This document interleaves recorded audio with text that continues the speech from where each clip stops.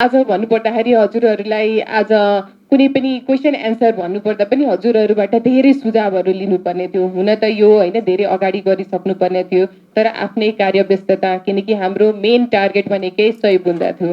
100 बुँदालाई कसरी कम्प्लिट गर्ने, हाम्रो किनकि माथिबाट सामान्यज्यूकै मेन निर्देशन अनुसारको जुन हाम्रो 100 पोइन्ट्स थियो त्यसलाई चाहिँ कसरी कम्प्लिट गर्ने भनेर सबैजना उतातिर फोकस भयौँ। यसरी हजुरहरूबाट सुझाव लिनुपर्ने होइन, प्रेस एडभाइजर यसरी हामीले टाइम टु टाइम यसरी मिटिङ राख्नुपर्नेतिर हाम्रो ध्यानै गएन। त्यसको लागि लिटरली हामी भन्नुपर्दाखेरि क्षमाप्रार्थी नै छौँ। यो हाम्रो इन्ड होइन, डेफिनेटली अबको यो कन्टिन्युटी हो हाम्रो भनिसक्नुभयो प्रवक्ताज्यूले। यसलाई चाहिँ अब हामी मोर फ्रिक्वेन्टली गर्नेछौँ। इफ पोसिबल भयो भने हरेक 15 दिनमा 1 महिनामा कसरी हुन्छ अरूहरूसँग यसरी हामी भेट्ने नै छौँ।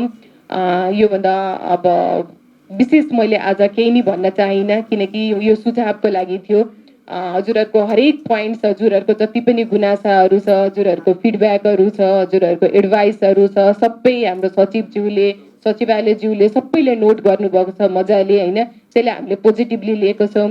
सुधारको कुराहरू धेरै आएको छ। हाम्रो कमी कमजोरीहरू, हाम्रो स्ट्रेन्थहरू के छ हामी सबैले बुझेका छौँ र यसलाई चाहिँ आत्मसात गर्दै हामी पक्कै पनि अगाडि बढ्नेछौँ।